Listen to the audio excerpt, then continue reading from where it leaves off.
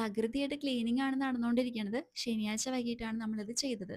കാരണം ഞായറാഴ്ച അത്തമാണ്. അത്തപ്പൂക്കളം ഇട്ട് തുടങ്ങണം. അത് മാത്രല്ല ഇനി ഒരു 10 ദിവസം കഴിഞ്ഞാൽ ഓണമൊക്കെ അല്ലേ. അപ്പൊ വീടും പരിസരമൊക്കെ ഒന്ന് വൃത്തിയിലൊക്കെ ഒന്ന് കിടന്നോട്ടെ. ആ ആ ആ അപ്പൊ ഓണം വന്നാലാണ് ഇവരുടെ വീട് വൃത്തിയോടെ കിടക്കാന്നായിരിക്കും ഇപ്പൊ ചിന്തിക്കണേ അല്ലേ?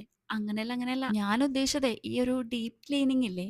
അതന്നെ. എന്തായാലും മെനക്കെട്ട് ഇറങ്ങി. അപ്പൊ പിന്നെ ഒരു ശുദ്ധികലശം തന്നെ ആവാം. കാരണം മഴക്കാലം ആയതുകൊണ്ട് ഗേറ്റിന്റെ താഴെയും മതിലെല്ലാം പൂപ്പലായിരുന്നു. അതെല്ലാം ഒന്ന് നന്നായിട്ടൊന്ന് കഴുകണം. ഏകദേശം സന്ധ്യയൊക്കെ ആകാറായപ്പോ തന്നെ ക്ലീനിങ് എല്ലാം ഒതുങ്ങിയിട്ടുണ്ടായിരുന്നു. പിന്നെ അത്തത്തിന്റെ ദിവസം രാവിലെ നമ്മൾ തുമ്പക്കൂടം വെച്ചിട്ട് പൂക്കളിട്ടിട്ടുണ്ടായിരുന്നു. ആ വീഡിയോ ഞാൻ എടുക്കാൻ വിട്ടുപോയി. ഇത് പിറ്റേ ദിവസം ഇട്ട പൂക്കളാണ്. അതിന്റെ അടുത്ത ദിവസം ചിങ്ങ ഒന്നാണ്. ചിങ്ങ ഒന്ന് നമ്മൾ വീട്ടിൽ വിളക്ക് കൊളുത്തി അതിനുശേഷം അമ്പലത്തിലേക്ക് പോയി. അവിടുന്ന് കതിർക്കൊല വാങ്ങിക്കാറുണ്ട് എല്ലാ വർഷവും. അപ്പൊ നമ്മൾ മുന്നേ ഇട്ട വർഷത്തെ കതിർക്കൊല എടുത്ത് മാറ്റിയിട്ട് ഈ കതിർക്കൊല നമ്മൾ പുതിയതായിട്ട് വെക്കും.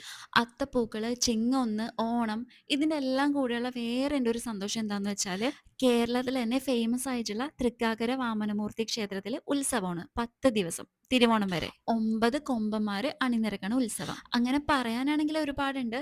പണ്ട് എനിക്ക് ഓണവും ഈ അമ്പലത്തിലെ ഉത്സവവും എല്ലാം കഴിഞ്ഞിട്ട് ക്ലാസ്സിൽ പോകാനായിട്ട് ഭയങ്കര സങ്കടവും വിഷമമൊക്കെ ആയിരിക്കുള്ളൂ.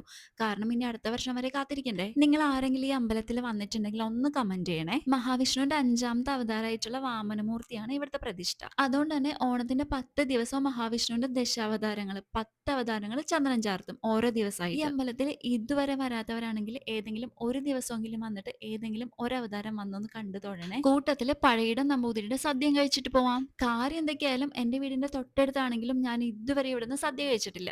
അമ്പലത്തിൽ തൊഴാനും അതുപോലെ തന്നെ മറ്റു പരിപാടികൾ കാണാനും ഞാൻ ഇടയ്ക്കിടയ്ക്ക് വരാറുണ്ട്. പക്ഷെ സദ്യ എനിക്ക് ഇതുവരെ കഴിക്കാൻ പറ്റിയിട്ടില്ല. ഈ പ്രാവശ്യം എന്തായാലും ഇവിടുന്ന് ഒരു ദിവസമെങ്കിലും സദ്യ കഴിക്കണം. സദ്യ കഴിക്കാനൊക്കെ ആയിട്ട് അത്യാവശ്യം നല്ല തിരക്കുണ്ടാവും. എന്നാലും ഇച്ചിരി തിരക്കാണെങ്കിലും എല്ലാവർക്കും ഫുഡ് കഴിക്കാൻ പറ്റും. നമ്മൾ തൊഴുതിറങ്ങിയ സമയത്ത് ദേ വന്നടാ ഒരു കൊമ്പൻ. ഇന്നിവൻ മാത്രമേ ഉള്ളൂ. പക്ഷേ വഴിയെ 9 കൊമ്പന്മാരുണ്ട്.